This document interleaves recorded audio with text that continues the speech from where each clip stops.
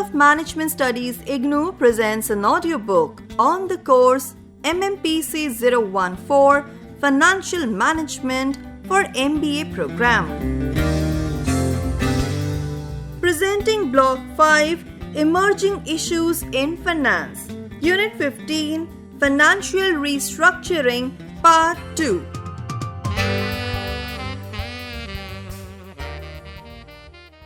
Corporate Debt Restructuring or CDR. Corporate Debt Restructuring or CDR was a scheme announced by the Government of India through the Union Budget 2002-03 to provide some relief to the borrowers without falling into the category of non-performing assets or NPA as per the guidelines of RBI. Keeping in view the difficulties faced by some genuine borrowers and to keep them outside the purview of BIFR and DRT and other legal proceedings, the RBI announced this scheme. Under this scheme, viable corporates that are affected by certain internal and external factors in obliging to their payment schedules and also to avoid an impending loss that may occur to the creditors are permitted to restructure their debt subjected to the guidelines issued by the RBI. This scheme is applicable to the loans borrowed by the corporates from banks and financial institutions. The categories of loans eligible for restructuring under this scheme are: Category 1, accounts or loans classified as standard, and accounts or loans classified as substandard. Category 2, this category includes assets or loans classified as doubtful. The Corporate Debt Restructuring or CDR scheme is not applicable to: Number 1, accounts involving only one financial institution or one bank. The scheme will cover only multiple banking accounts, syndication, consortium accounts of corporate borrowers with outstanding fund-based and non-fund-based exposure above Rs 10 crores from the banking system. Number 2, corporates indulging in frauds and malfeasance. Number 3, willful defaulters.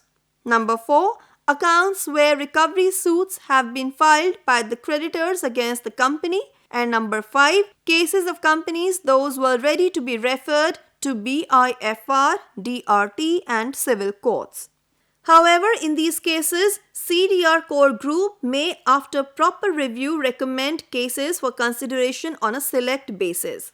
As per the information available for 2018, the CDR cell has approved the restructuring of stressed loans worth Rs 4 trillion since its introduction from 2002. Of these, only about Rs 84,677 crore worth of loans could be settled through the scheme. About Rs 1.84 trillion loans exited without solution, and the remaining Rs 1.32 trillion proved to be bad loans not amenable for restructuring. Impact of CDR on the banking system. Debt restructuring has turned out to be an issue of concern for the reason that the amounts involved are leaving an impact on the very stability of the banking industry. Ideally, the granting of CDR decision and sanctioning reliefs to the borrower company is a bilateral decision between the banks and borrower companies.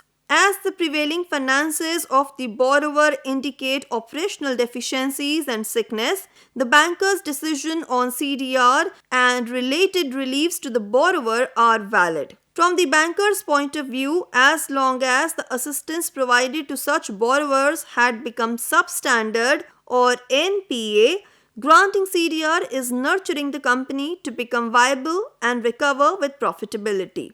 Further, if the terms and conditions of the loan, especially in relation to repayment, are not adhered to after a specified period of time, the account is classified as NPA. If accounts are restructured, then too, the terms and conditions are not fulfilled. But such accounts are not classified as NPA. From an operation perspective, there can be two types of restructured accounts. The first, those accounts which are restructured and classified as NPAs. The second type are those which are restructured but the asset classification is retained as standard. In general, an NPA account can be upgraded when the terms and conditions of the loan are fulfilled by the borrower. In the case of restructured standard asset or RSA, the original terms and conditions of assistance are changed. Hence, the issue of the conditions under which the account can be considered as standard or upgraded to the standard category becomes pertinent. Banking guidelines lay down the broad parameters under which RSA can be treated as a standard. The second type of RSA, however, attracts more regulatory attention from RBI is the potential of the accounts being restructured at times repeatedly to avoid classification as NPA. The second category posed a moral hazard of a higher degree. Due to all these mentioned points and the lackluster performance of the scheme, it is learned that RBI is entertaining the idea of doing away with the scheme and winding up of the CDR cell and directed cell to transfer all pending cases to the respective lead banks to complete the resolution process following the existing law in force. In relation to this, a vast majority of cases that could not be settled through this window would now tap the doors of the National Company Law Tribunal or NCLT as per the procedure laid down under Insolvency and Bankruptcy Code, that is IBC 2016.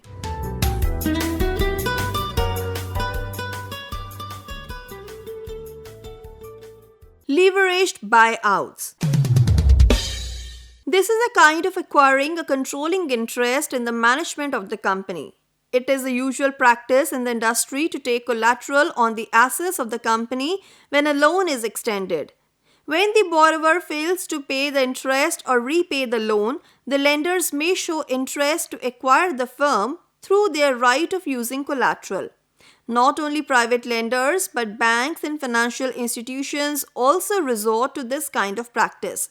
Therefore, the act of acquiring a company using a loan given to buy the shares of the company and thus become the owner of the company. Generally, all the lenders as a group acquire the majority interest in the company and thus take over. In the case of banks, when they lend through a consortium, the consortium will take care of the process. Through the practice of leveraged buyouts or LBOs, started during the 1950s, it became popular only during the 70s and 80s of the 20th century. As per record, the first LBO is said to have occurred in 1959 when McLean Industries acquired Pan Atlantic Steamship Company in January 1955 and Waterman Steamship Company in May 1955 in the USA. Many private equity firms in the USA had resorted to this practice. As far as India is concerned, this practice is not very popular. As per the 2016 data, the LBO market in India accounted for about 9% of the total investment in the corporate sector and only about 3% of the total number of transactions. Besides, the Companies Act 2013 prohibits a public company to provide security for the acquisition of its shares by another company. This limits the scope for LBOs in India. But RBI has permitted the lending banks and financial institutions to convert their debt into equity. Technically speaking, offering equity as collateral will not be possible. It is also said to be one of the reasons for lack of popularity of this method of financial restructuring in India. Basic features of LBOs. LBOs as a method of finance involves certain features, which are: number 1, it is a guarantee ensured by the lender of the strict performance by the borrower. Number 2, companies trading on their equity opt for this kind of a model. Purchase of assets of the company is done with a heavy dose of debt. Number 3, the loan is secured by the debt of the company. Number 4, this is considered as an attractive method for inviting participation by private equity players. Number 5, LBOs sometimes help in generating cash surpluses. And number 6, lenders generally expect a strong management and continuous outperformance. Though in the American context, LBOs are quoted as examples for win-win situation, there will be tremendous pressure on the borrower for better performance.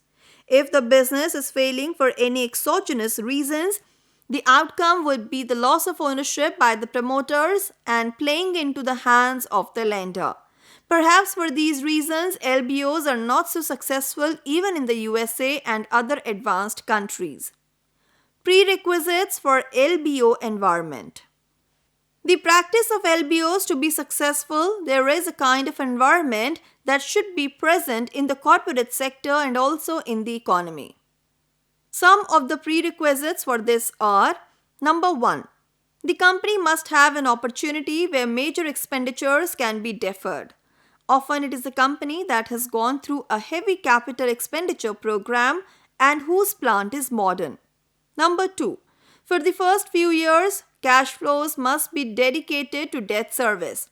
If the company has subsidiary assets that can be sold without adversely impacting the core business, this may be attractive because the sale of such assets provide cash for debt service in the initial years.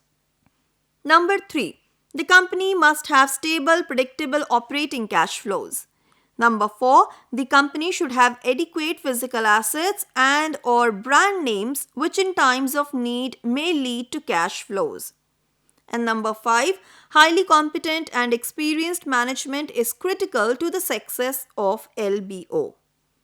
Example: Modern Manufacturing Limited or MML has 4 divisions with chemical, cement, fertilizers and food. The company desires to divest the food division. The assets of this division have a book value of rupees 240 lakhs. The replacement value of the assets is rupees 340 lakhs. If the division is liquidated, the assets would fetch only rupees 190 lakhs. MML has decided to sell the division if it gets rupees 220 lakhs in cash. 4 top divisional executives are willing to acquire the division through a leveraged buyout. They are able to come up with only rupees 6 lakhs in personal capital among them. They approached a finance consultant for financial assistance for the project. The finance consultant prepares projections for the food division on the assumption that it will be run independently by the 4 executives. The consultant works out that cash flow of the division cannot support a debt of rupees 200 lakhs. It finds a finance company that is willing to lend rupees 170 lakhs for the project.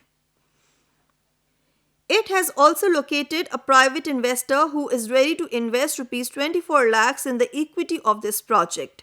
Thus, the food division of MML is acquired by an independent company run by the 4 key executives, which is funded through debt to the tune of rupees 170 lakhs and equity participation of rupees 30 lakhs.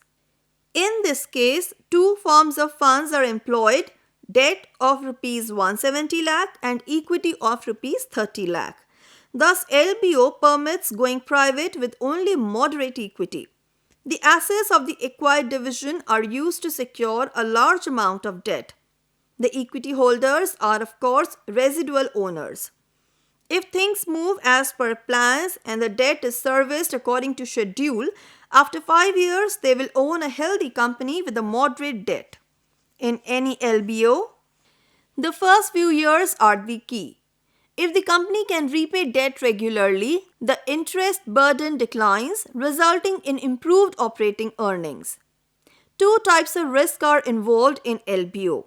These are business risk arising out of the unsatisfactory performance of the company and the consequent failure to service the debt, and interest rate risk arising out of changing interest rates, which may in case of sharp rise involve an increased financial burden. Thus, the equity owners are playing a high-risk game and the principle of leverage being a double-edged weapon becomes evident. Another potential problem with the need to service debt is the focus on short-run profitability. This may have a telling effect on the long-term survival and success of the organization.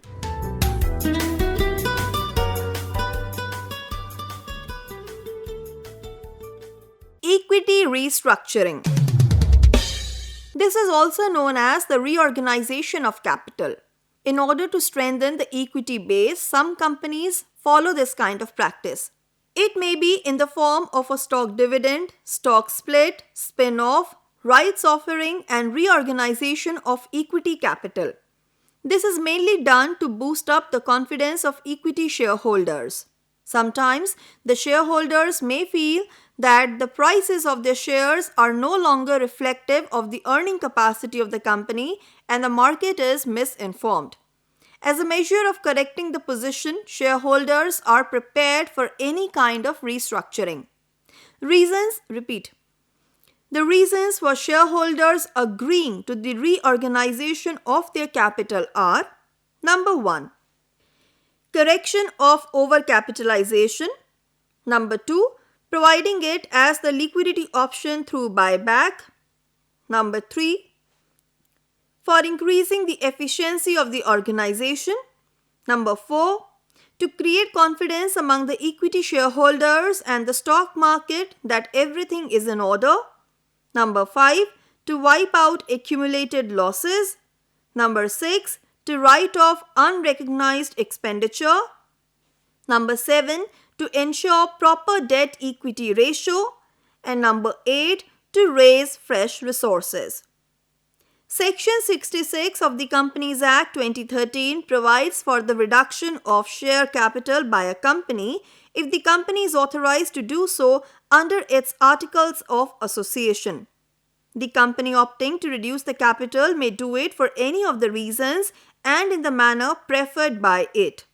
Some of these are: number 1, extinguish or reduce the liability on any of its shares in respect of the share capital not paid up; number 2, extinguish or reduce liability either with or without extinction; number 3, cancel any paid up share capital which is lost or unrepresented by available assets; and number 4, pay off any paid up share capital which is in excess of the requirements of the company.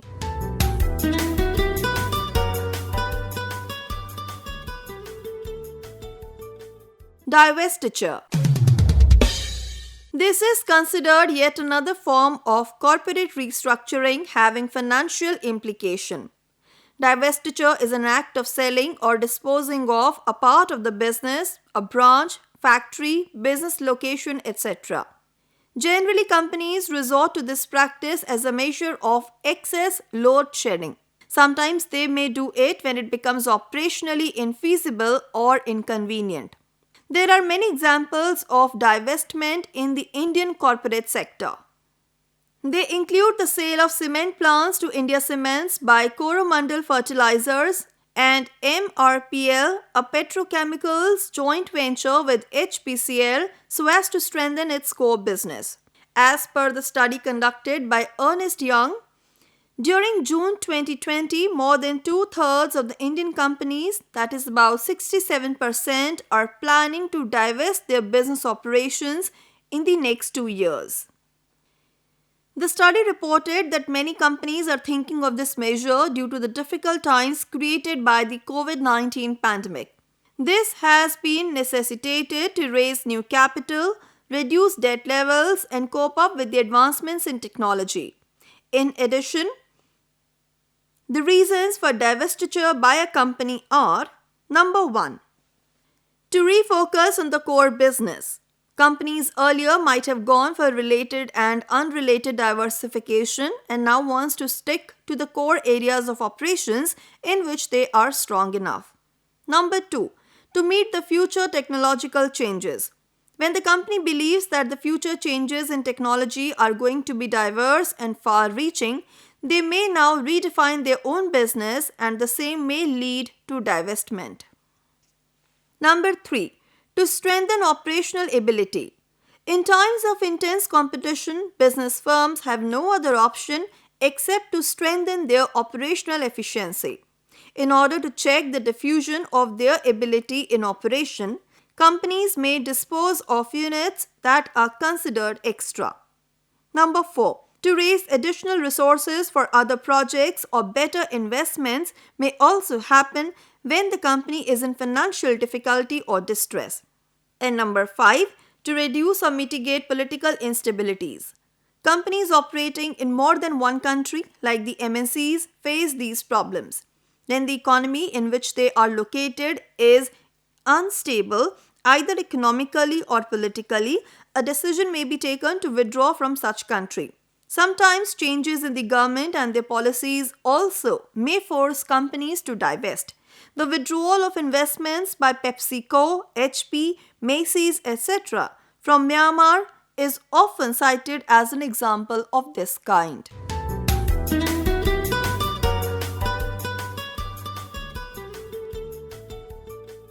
Disinvestment. Disinvestment is another form of financial restructuring followed by the companies. This is simply withdrawing the investment already made in the company by way of sale of shares, sale of plant or assets. Divestiture can be considered as one form of disinvestment. The term disinvestment has come to prominence in India when the Government of India and some of the state governments started withdrawing their investments made in the public sector enterprises. Though the Government of India was entertaining this idea since the 1980s, the process got momentum since 1991-92, the year from which economic reforms were started. The government has also formulated a policy of disinvestment for this purpose. The public sector enterprises or PSEs that were subjected to the policy of disinvestment included Balco, Hindustan Zinc, IPCL, VSNL, ONGC, HPCL and many others. Every year, in order to raise resources for financing the central budget, the government is setting the targets and is trying to sell away its shares in PSEs from time to time. As per the information available, between 2014 and 2018, the central government has mobilized about Rs 1,95,000 crore through this process. The total sum collected from 1991-92 to 2019-20 stood at Rs 3,47,439 crores. In the budget for 2020-21, the Government of India has put a target of Rs 2.14 lakh crore, which included Rs 90,000 crore proposed to be mustered by way of selling the shares in LIC, IDBI Bank and many other banks and financial institutions.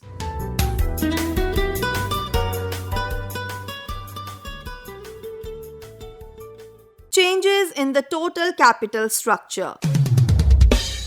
Thus far, we have discussed about the restructuring plans for the individual sources of finance. In the ultimate analysis, firms may go for total change in the existing capital structure, which may involve buyback of share capital, debt reduction, conversion of debt, or preference shares into equity and all other possibilities. There was a situation during 80s to opt for higher doses of debt to take advantage of the tax reduction. In those days, the interest rates were also higher and there used to be a significant gain in employing debt capital. After the economic reforms are being implemented since 1990s and considerable decline in the interest rates, firms have started infusing equity through vibrant capital market and profitability being handsome, return on equity turned very attractive. Particularly in the current decade of 2010 to 2020, more and more firms are repaying their debts and trying to convert themselves as 100% equity owned and zero debt. The list of such companies from India included Hindustan Lever, HDFC Life Insurance, SBI Life Insurance, ICICI Prudential Life Insurance, Bajaj Holdings and Investments, SKF India, Maharashtra Scooters, CDSL and Lakshmi Machine Works. Usually those companies that possess strong financials are choosing this route. While it is advantageous to improve upon the return on equity, companies with zero debt tend to pay higher taxes and thus higher cost of capital. Usually, total reconstruction plans involves 3 steps. They are: number 1, Determine the total valuation of the company by the capitalization of prospective earnings. For example, if future earnings of a company are expected to be Rs 4 lakh and the overall capitalization rate of similar companies' average is 10%, then applying the valuation technique of perpetuity, the total value of Rs 40 lakh would be set for the company. Perpetuity is valued as V equals to P over K. Number 2. Determine a new capital structure for the company to reduce fixed charges so that there will be an adequate coverage margin. To reduce these fixed charges, the total debt of the firm is reduced by shifting to income bonds, preferred stock, and common stock. In addition, the terms of the debt may be changed. If it appears that the reconstructed company will need new financing in the future, a more conservative ratio of debt to equity may be thought of so as to provide for future financial flexibility.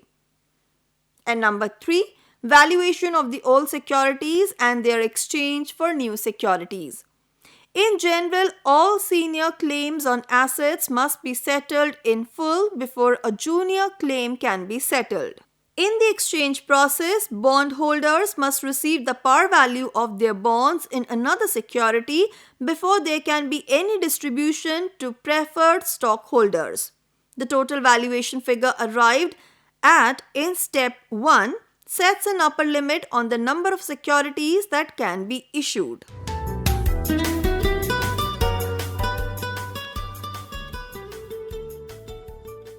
Now let's summarize the unit. The financial restructuring is a part of corporate restructuring. Businesses may plan for total restructuring or may only take up in small measure. Expansion of business operations may happen through related and unrelated diversification. Takeovers, mergers and acquisitions are the major methods of expansion in the process of corporate restructuring. One of the major aspects of corporate restructuring is the financial restructuring. There are many methods that can be followed to restructure the finances of a company, which may include buyback of shares, conversion of debt into equity, debt restructuring, leveraged buyouts, equity restructuring, divestiture, disinvestment, and finally changes in the entire capital structure. Whatever method is followed, it should contribute to the maximization of the value of the firm.